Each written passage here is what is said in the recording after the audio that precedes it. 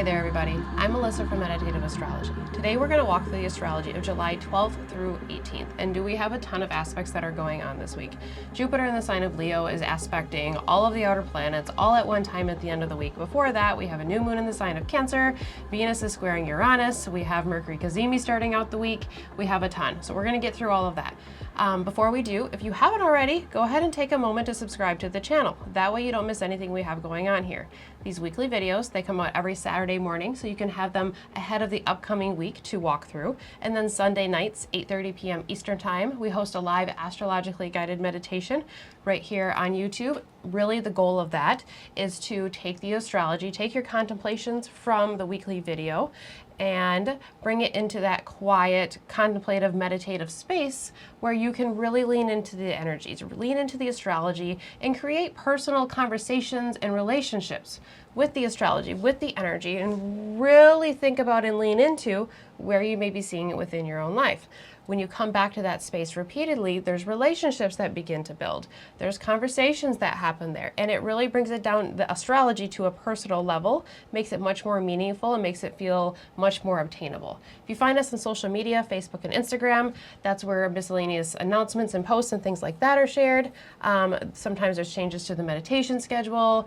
There is a weekly intention that is released on Fridays that correlates directly with the upcoming meditation on Sunday. Really, the goal is to give you a process: Friday with the weekly intention, Saturday with the weekly video, and Sunday with the weekly meditation, to give you a process of moving into the astrology, leaning into it, and again, creating those relationships from multiple different angles by interacting with the astrology and the transits that are out there.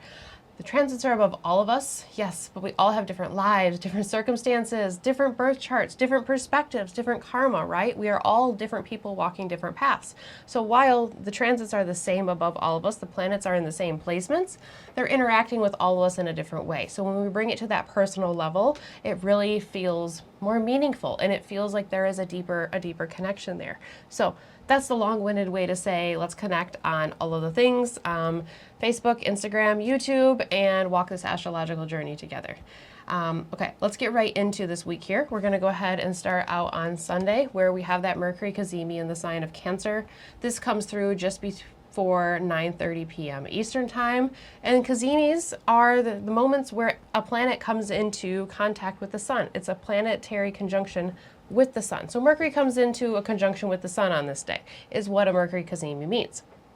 This is the midpoint of the Mercury retrograde, where it's going to have that resetting moment, and it's moving from the evening star phase into the morning star phase. When we see Mercury transit from that evening star to the morning star phase, that's where we see the new synodic cycle for Mercury beginning. So as it transitions from that evening star, where there's more themes of history and experience and learned lessons and a process that we have been through, now we're moving into the morning star phase, a more youthful, more experimental and pioneering as it begins a new phase. So you can think of the evening star phase as being a little bit more like the elderly Mercury, and you can think of the morning star phase as being more of a youthful Mercury, or more of maybe a younger Mercury in some sort of way here. So resetting moments, new cycle starting with Mercury, the planet of our mind, communications, perceptions, the routines and the habits that we have, the daily inner workings of our lives, communication, the way we talk to other people, and the way we perceive the words that other people speak to us. Because Mercury has to do with these inner workings of our day-to-day lives in so many different ways, this is where Mercury retrograde can feel a little bit chaotic. It's because it's these inner workings of our daily lives. It's the communications. It's the way our mental realm works, right? It's the tools and the resources that we have. So it's the transit, and the cars that we drive around, and the bikes that we use, and the appliances within our house, and the technology that we use in so many different ways. That's why we start to see little issues and things popping up during Mercury retrograde within these type of things, and things that feel so integral in like the daily parts of our lives there, right? Mercury itself too is a little bit of a chaos maker. It rules Gemini and Virgo, so it rules mutable signs, right? Think about the trickster of Gemini.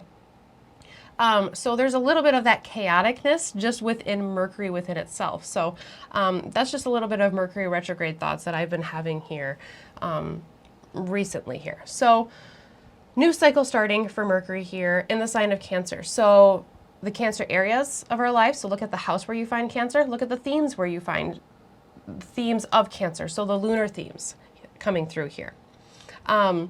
Mercury is on its path to experiencing something new and building something new. So the first part of the retrograde, where Mercury is making its way towards the sun in reverse fashion or backwards motion, appearing at least from our perspective, that's where a little bit of the chaos that we don't quite see or understand or fully grasp can come in. Things can come in kind of quickly and start to shift.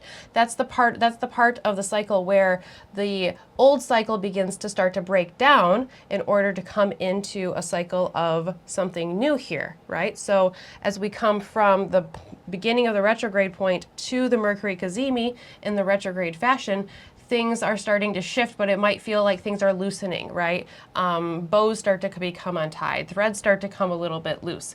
Things start to unravel in a little bit of a certain way. There might be a little bit of chaos or a little bit of breakdown in some sort of way. Then the Cazimi moment is an empowering moment for that planet. So in this case, it's Mercury.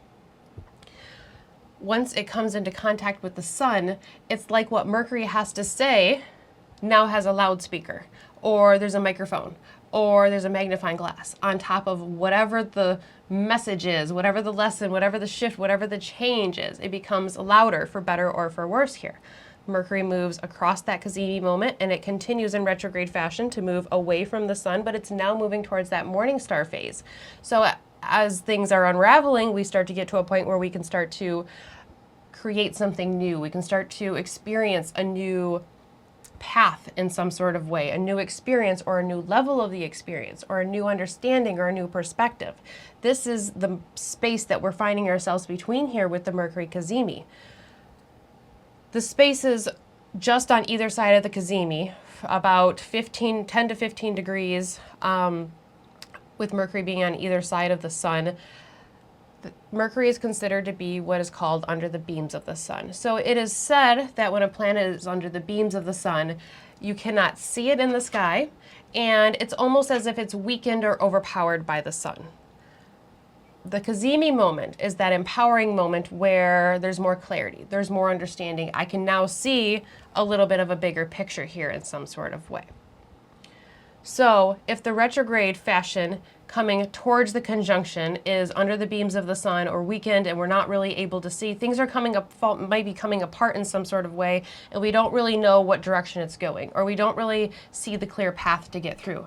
Cazimi moment comes through, there's some moment of clarity, there's some powerful speaking that happens through Mercury, whatever Mercury's message is. Remember that Mercury is the messenger god, Hermes.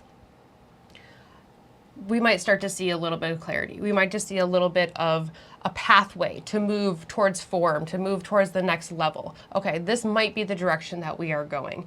And then we move away from that Cazimi, still in retrograde fashion, moving towards that morning star phase where Mercury will be rising before the sun at daylight.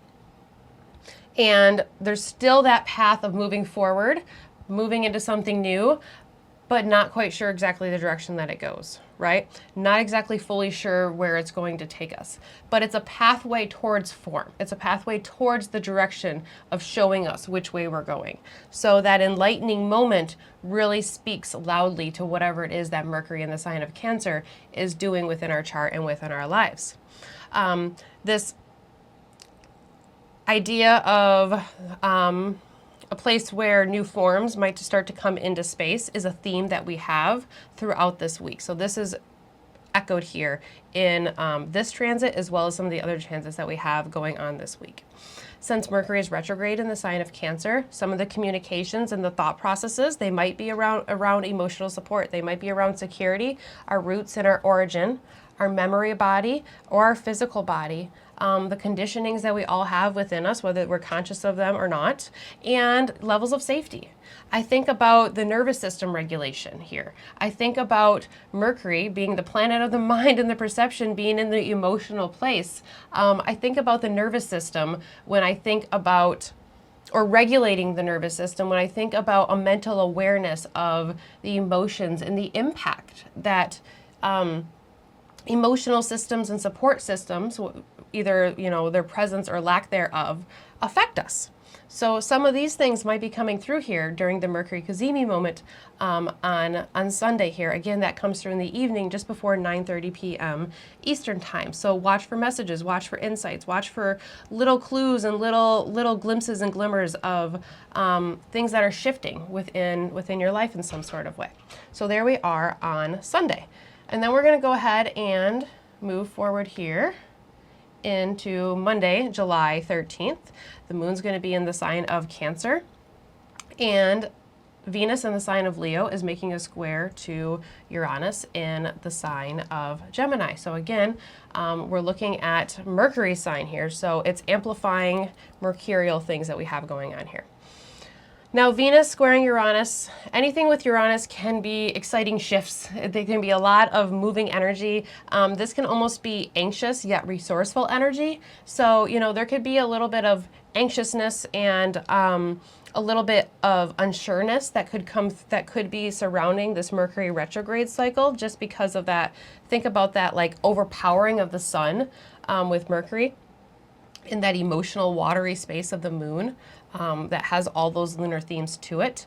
And I think that this aspect coming just after that can kind of amplify some of the nervous energy. However, there's a lot of resourceful energy as well, because these two planets, Venus is in the sign of Virgo, which is one of Mercury's signs, and Uranus is in the sign of Gemini, which is Mercury's other sign here. So Mercury is resourceful. These signs are resourceful. They're able to find ways and workarounds to do things. They can problem solve, and they can find ways to be able to move forward, to be able to get over blockages and, maneuver through different things. However, this is a square, and squares are scratchy aspects. They make us uncomfortable.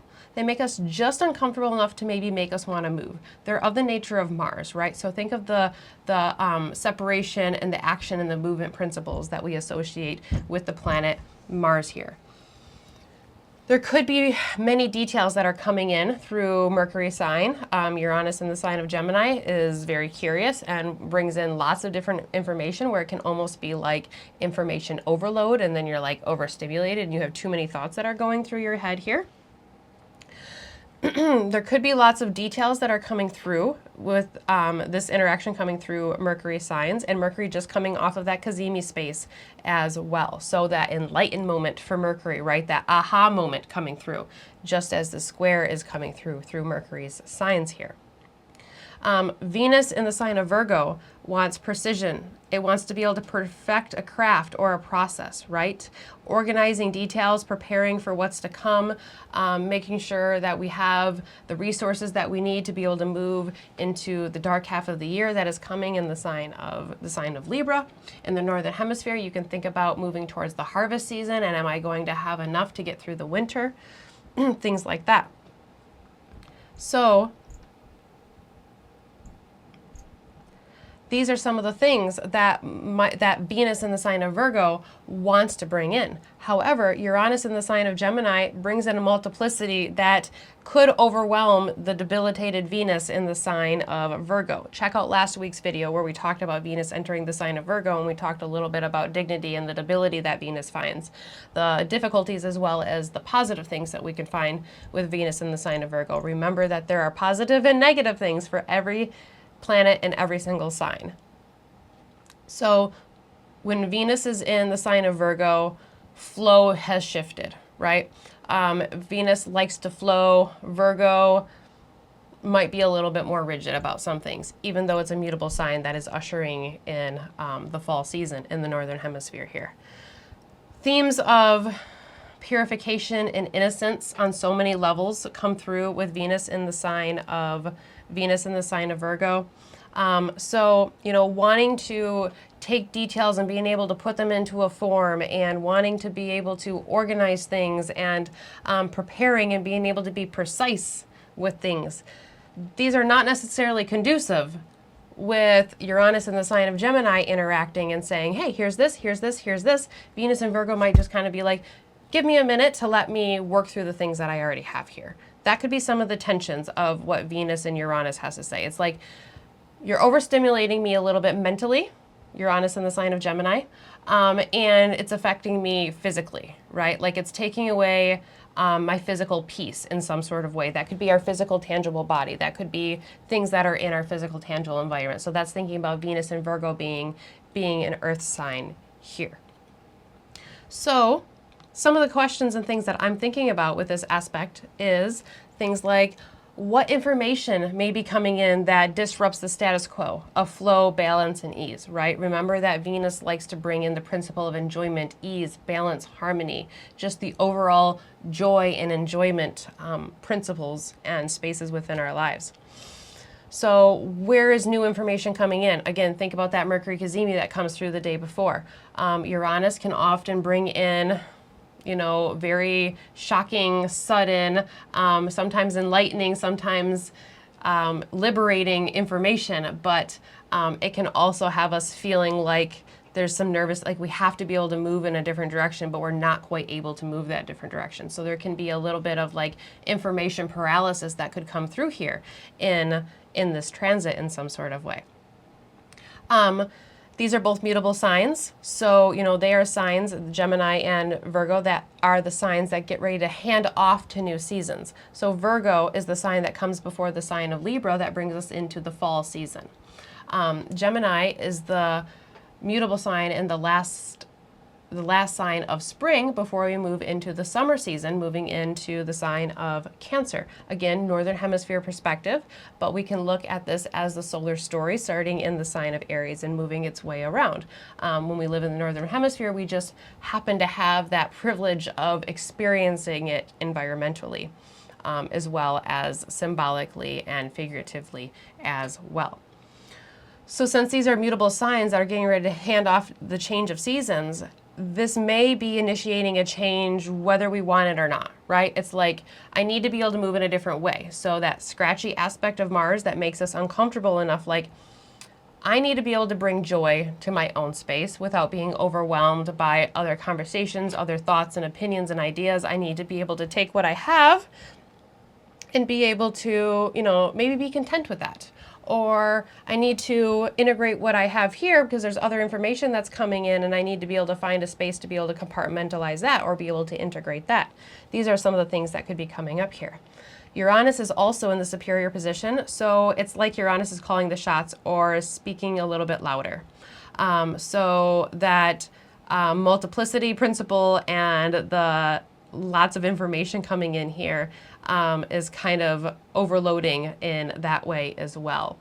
And things coming in relation to Venus things. So that overall enjoyment, love, relationships, joy, pleasure, the ability to flow, and the ability to just enjoy, right? The ability to be able to find pleasure, which can be difficult for Virgo sometimes.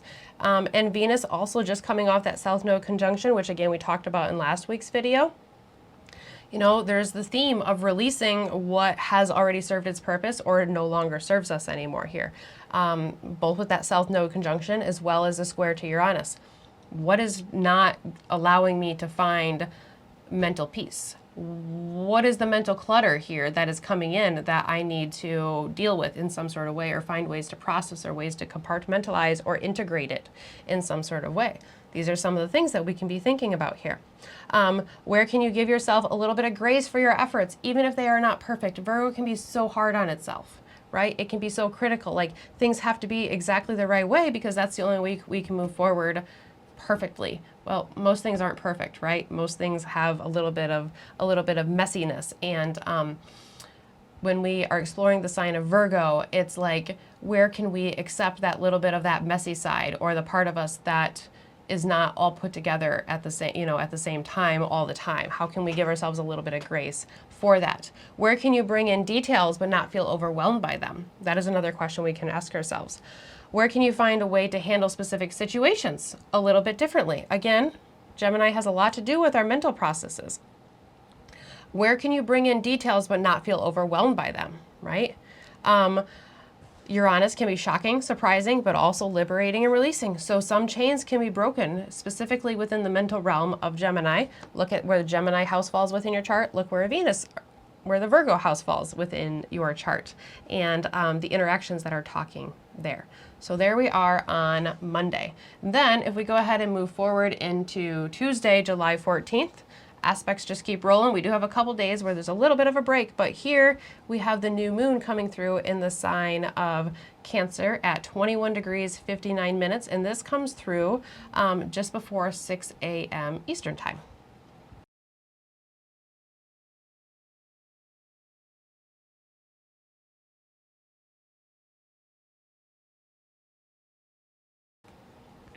So as this new moon comes through, there's a lot of shifts that are going on this week. I'm just going to go ahead and put the chart up so that way you all can go ahead and see this. Now, at the moment, I have this chart set for the moment of the Mercury Cazimi. So if you look in the 7th house here, you can find the Sun and Mercury coming together in the sign of Cancer here. If I go ahead and move this chart forward just a couple days here, into Tuesday, and then we're going to back it up some hours, you will see that we have the Sun and the Moon coming through together in the sign of Cancer as well.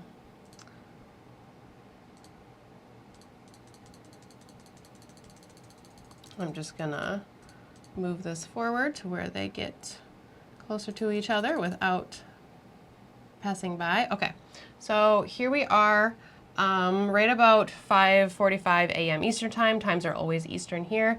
And you can see that the Sun and the Moon are coming together at 21 degrees of Cancer. Now that Mercury Cazimi was just about a degree off of that. So this new moon is essentially in the space where that Mercury Cazimi was. And you know, Mercury's only made its way to 19 degrees, so it's just 2 degrees off of the Sun and the Moon. So really that Mercury Cazimi, as well as these other aspects that we're talking about this week, are built into this upcoming lunar cycle.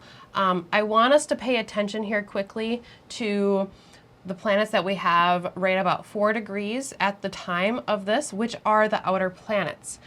These planets are all being aspected by Jupiter here this week, and we're going to talk about that towards the end of the week when we get to Saturday here. So notice Jupiter in the sign of Leo at 3 degrees. It hasn't quite made its way to 4, but it's well on its way to interacting with the outer planets.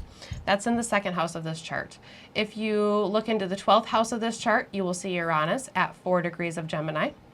So there is a sextile to Uranus this week from Jupiter.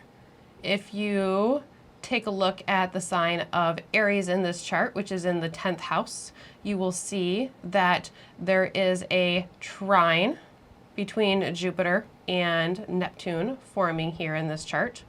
If you take a look in the sign of Aquarius, which is in the 8th house, the sign that is opposite to the sign of Leo, where we find Jupiter right now, Pluto is at 4 degrees of Aquarius. So this week, Jupiter is aspecting all of the outer planets, Uranus, Neptune, and Pluto. So that is all baked into this upcoming lunation and this new moon lunar cycle that is starting. New moons are seeding moments. So we have a new cycle that is starting here. We had the new cycle that started with the Mercury Cazimi this week, and now we have this new cycle with the moon coming in contact with the sun. Again, anytime a planet comes into contact with the sun in the conjunction form, a new cycle is started. We get that once a month as the sun comes in. The moon comes into contact with the sun and gets us the new lunation. We have it in different intervals with the different planets as well. So there's a lot of shifting this week here that we have talked about and that we're going to talk about as we continue this talk.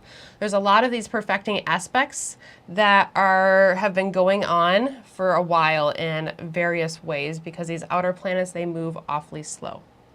So Cancer is a cardinal sign. It starts and initiates. It's the first sign of summer, right? So all of the cardinal signs are initiators. They initiate a new season and usher in a new seasonal experience for each and every one of us. And that is definitely the space that this new moon is finding itself in.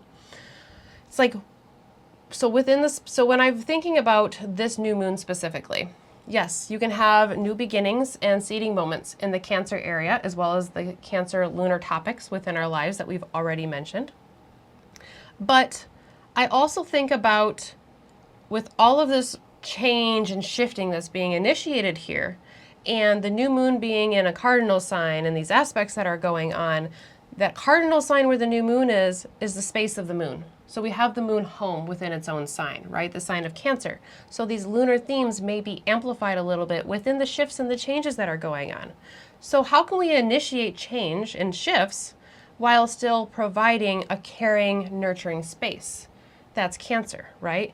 Cancer wants care, it wants to be nurtured, it wants to be protected, it wants to be there to be a safe space that we can grow from, or a space that we can return to if we're, if we feel that we need to reset or regroup in some sort of way. So think about the crab's shell and how it can go into its own shell and it has its own little space, right?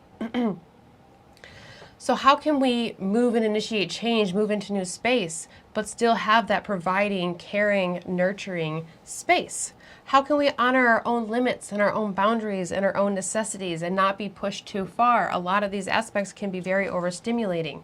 How can we find a healthy level of stimulation, hopefully, and not feel overstimulated? Cancer can be the reminder to come back to center, to recenter, and then to move forward when there's a lot of stimulation. That stimulation can feel physical. We can feel it right in the body. Again, the moon can represent the body as one of its things. But it can also have to do with our emotional body. So again, this brings me back to that nervous system regulation. With so much mental sphere stuff going on, so much mercurial stuff going on. We have both of Mercury signs activated this week. Mercury's going through a Cazimi, and we have a lot of Cancer things that are going on. So just emotional awareness and emotional intelligence and the effects on our nervous system and our body, and really just our overall energy levels and the way that we're able to participate within our lives to be able to recenter that. I'm wondering if this Cancer new moon may be a moment to remind us to come back to center, to come back to the birth space, the place of the womb, the place of, the great mother that is there to hold and support us and to nurture us.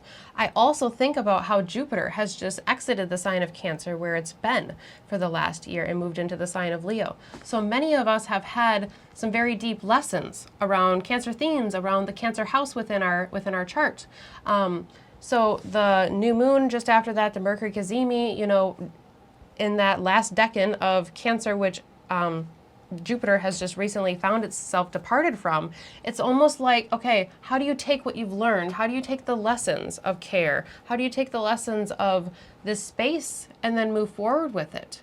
But remember those lessons and hold them close to your heart in some sort of way. Hold that connection and that attachment, but don't hold on to it too tightly here. I think this new moon may be giving us some spaces to be able to remind ourselves about that healthy level of self-care and that having boundaries is okay in some sort of way here, right? And maybe bringing in a new level of being able to participate in some of these things. And then again, looking at those Cancer topics by house and by sign as well. So that's the new moon that we have coming through here this week. If we go ahead and go back here, we have a couple days where we don't have any exact aspects. So on Wednesday, the Leo moon is going to take us through the whole day. It's going to oppose Pluto. And then Thursday, July 16th, we don't have any exact aspects here. That Leo moon is going to move into the sign of Virgo, and it's also going to conjoin the South Node here. If we move forward into Friday, we also do not have any exact aspects, so this is our little bit of breathing room here. However, all of the aspects that we're going to talk about for Saturday are all applying, so we can put them all into this week here. So just because we have a couple down days does not mean there's a lack of energy by any means. Okay, we go ahead and move forward into Saturday, July 18th, and this is where we have a bunch of aspects that are going on here. Now, on the card that I put on the screen, you all know that typically I will put the lunar aspects at the top, and then I will put the planetary aspects below that in the other boxes. We don't have any major lunar aspects that are going on this day. The moon's going to be in the sign of Virgo all day. Sunday, July 19th, just before 1 a.m. Eastern time, the moon will move into the sign of Libra. So I left off the lunar tab of this card here, so that way I had some room to put in the aspects that we have here in a few key words here. Now, what I do want to say about the aspects that we have going on here, I already pointed them all out on the chart, except for the aspect between Mars and Saturn. So Mars and Saturn are going to come into a sextile this day as well, which is going to add some extra movement-based themes to this day. It's going to add some momentum to the energetic space, and it might add some focus. When I think about Mars and Saturn, I think about a mental ability, but Mars is in the sign of Gemini, so there might also be a little bit of flexibility. There might be this fast yet slow movement to the aspects that are going on. When I think about fast but slow movements, I think of theme building things. I think about things that feel like they come in with a lot of weightiness, but that weightiness only allows them to move at a certain pace, kind of like that. So I will just leave that with all of you as we get through the rest of this talk here. So I put some keywords on the cards here about these planets and the different aspects, but really what I want to speak to is the nature of these aspects as a whole. So when we talk about these different aspects that we have going on here, I'm going to go ahead and put the chart up just so that way you all can visualize this, and then I'm going to go ahead and move this chart forward here to Saturday. I believe it's about 12:30 p.m. Eastern time that Jupiter moves to that 4th degree of Leo here. Oh, this is yeah, that is Saturday. Okay, let me 3 degrees. There we go. Okay. So yeah, 12:30-ish p.m. Eastern time, Jupiter is going to move to the 4th degree. You can find Jupiter in the 11th house in the sign of Leo here in this chart, and then those other planets that we pointed out here as well. So there's that opposition to Pluto, there's the sextile to Uranus, and there's that trine to Neptune here. When you have all of the outer planets that are activated at the same time, and honestly, we have all of the slow-moving planets, not just the outer planets, because we have the sextile between Mars and Saturn, and Jupiter is the activating planet of these outer planets here. So all of the slow-moving planets are activated at the same time, and Mars is activated, which Mars is movement, drive, ambition, and shifts us in different directions. So these are favorable aspects. We have sextiles and we have trines. But when you have all of these different slow-moving planets, these theme-building planets, you really can have quite theme-building shifts that go on. It really can feel like there's paradigm shifts that are going on. It can feel like we are being taken from one energetic space to another. Now, favorable aspects. So working together to bring us to this new energetic space. Opening, exploration, these are some of the things that some of the words that I can see explored here during the time that these planets are activated. Now, this is the day that Jupiter moves to the 4th degree. Really, these aspects have been in the applying phase since Jupiter moved into the sign of Leo a couple weeks ago when we talked about that. Jupiter will not move to the 5th degree until July 22nd, where it moves into closer to its space of Cazimi, because the sun is ingressing into the sign of Leo just ahead of that. So shortly after the space where Jupiter is interacting directly with these planets, it's going to go through its own death and rebirth, and really it's within that process during these aspects. So that death and that rebirth that we talked about within the Mercury retrograde and Cazimi process, we have something similar without the retrograde process going on for Jupiter as far as a rebirth moment that is happening here. Now, Jupiter is resetting, going through its rebirth, and you cannot have a rebirth without a death of some kind, even if it's not literal, even if it's just figurative, right? Like, to make space for something new, something else has to be able to fall away. This is some of the archetypal space that Jupiter is finding itself in the sign of Leo here. Now, these aspects, again, are sextiles and trines. So what I really want to do is I want to start by talking about the nature of the aspects of the sextiles and of the trines. The opposition can be a little different. It can be a little more polarizing. It can be a little more weighty and back and forth from feeling like, is this positive? Is this helping me? Or is this hindering me in some sort of way? And it can be both at the same time. It can be the pendulum that swings, that back and forth here. So the sextiles, so think about the sextile between Mars and Saturn. Think about the sextile between Jupiter and Uranus here. These are aspects that are of complementary elementary families. So what exactly does that mean? We have elemental pairings within the elemental scheme. So the elements being the complementary elements being fire and air, because fire and air both rise up. So in the elemental scheme, they sit closer to each other. They both rise up to a higher space that does not put them above. It just has to do with their physical, within their physical and metaphysical properties. And then you have earth and water, which are denser and heavier, and they sink down towards the bottom. So in elemental schemes, you have on the bottom, the lower levels, you have earth and you have water, and then you have fire and you have air. So you have these complementary elementary pairings that we have. So when you have a sextile, they are of the complementary elementary families. So Jupiter is in a fire sign of Leo. The complementary element to that is air. Gemini is an air sign where we can find Uranus. So this is the connection that these planets have together. Fire and air, they rise up together, and they are energies that have similarities, and they may feel like they have a cohesive flow. I liken the sextile to two friends that can get along and they can help each other because they speak a little bit of the same language and they have some of the same interests and they do things a little bit the same way, even if they're not exactly the same. The trines are of the same elemental family. So Jupiter in the sign of Leo, which is a fire sign, is trining Neptune in the sign of Aries, which is another fire sign. So these are the same elements. They speak the same language. They expand together. It may almost feel unstoppable. It feels like things are not only cohesive and flowing, but maybe they're melding together.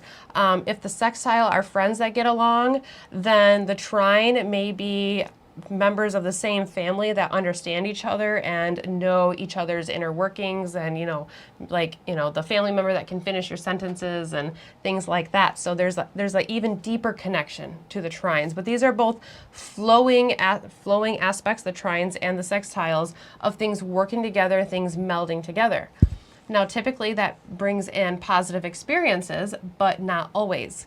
Sometimes when we can have an overwhelming amount of easy, positive, beneficial aspects, there's not really anything to kind of like hold us back or to kind of tether us down. So it can feel a little invincible. It can be almost like there's a privilege of some kind that makes it difficult for us to, get the lesson that's there for us, or really to see the full picture because, there's just so much of the good that we're focusing on, or something like that, or something that is lifting us up, or we feel like we're just kind of moving on an escalator where they're flowing together, and that unstoppable expanding feeling in some sort of way. It might even just be one of those things where it feels so good that you just take things a little bit too far sometimes.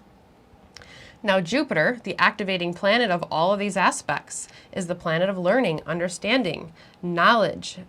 Jupiter is the teacher. It's the guru, right? The guru that comes in many forms and may come to us in many different ways during this time, because there are so many different signs and therefore so many different houses that are being activated for all of us during this time here. So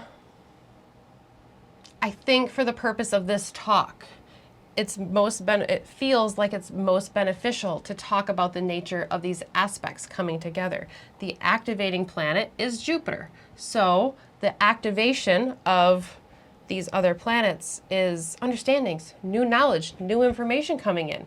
New blessings and new avenues and directions that we can go down in the Leo area of our chart. It may have something to do with learning to listen to our own heart space and to be able to follow our own authentic self.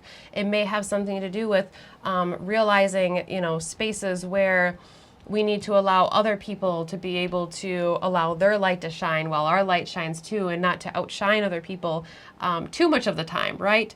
It might have something to do with finding a healthy level of pride. We talked about so many Leo, Jupiter and Leo things when Jupiter moved into the sign of Leo. So go ahead and look back at that video if you missed that.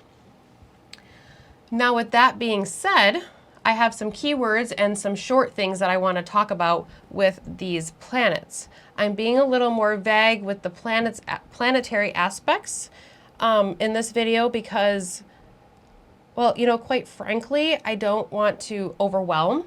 And I don't want this video to be so long that nobody wants to listen to it because it's 2 hours. So really, these aspects, they all deserve their own space. They all deserve their own recognition. However, when you have this many spaces that are activated at one time, this many signs, this many houses, this many planets, it may feel that there are many different areas of life. Look at these signs where these planets are. Look at specifically Leo, look at Gemini, look at Aries, and look at Pluto, because these are all houses that have been activated this year. And it may feel like they're all kind of shifting cohesively. They're all kind of shifting at the same time. So that's where the paradigm shift comes in, because there's many different areas of our life that are shifting at the same time. And then that's not even to mention the other shifts that we had this week, the Cazimi and the new moon that are coming through here. When Jupiter opposes Pluto, there can be such a deep dive into the psyche. We can have deep explorations and deep uncoverings of things within ourselves, as well as within social systems around us and the groups and the overarching systems and, you know, the ideals that we find within our lives. There can be some sort of me versus them. It's like my truth versus your truth can be coming in here in some sort of way. So it's like, how can I honor myself, but how can I honor the group at the same time, right? There's a little bit of that tension here coming through here throughout this process. Jupiter sextiling Uranus can bring through those revelationary breakthroughs of thought, understanding, you know, new mental processes. Words and ideas and thoughts and messages can move very, very quickly at this time. And then Jupiter's trining Neptune. This one feels so fiery, because it's the fire element, right? But passion, the flow of belief, and deeper meanings and understandings. So Neptune is that planet that connects us deeply to things, right? It can also deeply disconnect us for things and have us feeling delusionally separated. So I think a lot about the illusion of separation with Neptune, but as well as the ability to connect deeply with Source at the same time. So it's that pendulum swinging both directions here. Thinking about synchronistic messages coming through here. This can come through with Neptune and Uranus here. And again, this is an extended aspect that we have here. So really this is activated for a couple weeks. So we're all going to see this come through in many, many different ways, in many different forms. We're all going to get many outer planet lessons over the next couple weeks here. I know that for such a powerful time and such a, dynamic time, it seems like I'm sounding awfully vague. But really, the way this is going to play out for everybody is going to be very different, and it's going to be very individual and very specific. What we can say is going to be the commonality themes is that Jupiter is going through its death and rebirth process. So there are new understandings, new lessons, and, you know, maybe even new beliefs that are coming through in some sort of way. Even new systems that are being integrated in some sort of way here, but that means there's things that need to be let go of, right, at the same time. There's trines and there's sextiles. So these are things that are cohesively working together for better or for worse. You know, Neptune and Uranus can work together to have things fading out of our lives that we didn't expect to. And that might not be easy right at first, but maybe it brings us to a new space. It opens up for something else. And again, that can be extrapolated to anything within our lives. So this is a very dynamic time for us to really pay attention to some new things that the universe is allowing us to usher into our lives here. And you know what? we're not paying attention to it, it comes within our lives anyways, right? Like, you don't miss the astrology. The astrology is always there. It does not go away, and we are always participating in it, whether we are consciously aware of it or not. The goal of this channel of meditative astrology here, with the process that we give you through the week, is to be more consciously aware and to be able to see these things and notice these things. It's kind of like once you buy a red car, all of a sudden you see red cars everywhere, right? It's on your mind, so you start to see it. When you're thinking about the aspects and you're aware of them, you start to see it, you start to notice. You're like, oh, there's Jupiter, Uranus. Oh, there's Jupiter, Pluto. There's Jupiter, Neptune, Pluto, and all of the crazy outer planet shit going on at the same time. So that's what I have for this week.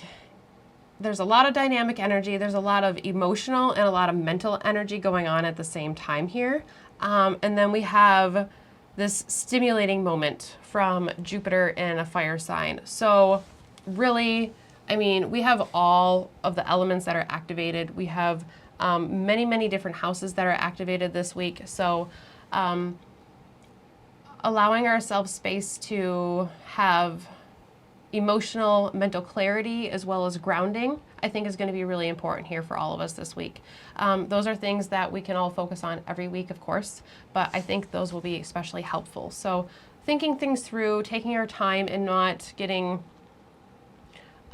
too overly stimulated or ignited by anything here will be helpful this week. So that is what I have to say for the weekly video. I guess what else I have to say is I'm really looking forward to this live meditation that we have for this week specifically. So come join us Sunday night, 8:30 p.m. Eastern Time. Friday, there's that weekly intention that is released, so that's the day before this video comes out. So by the time you see this video, you can take a look at the weekly intention and just sit with it, see how it resonates, see if there's anything that comes up. Come to the meditative space, and then we'll dig a little bit deeper into the things before we move into this week.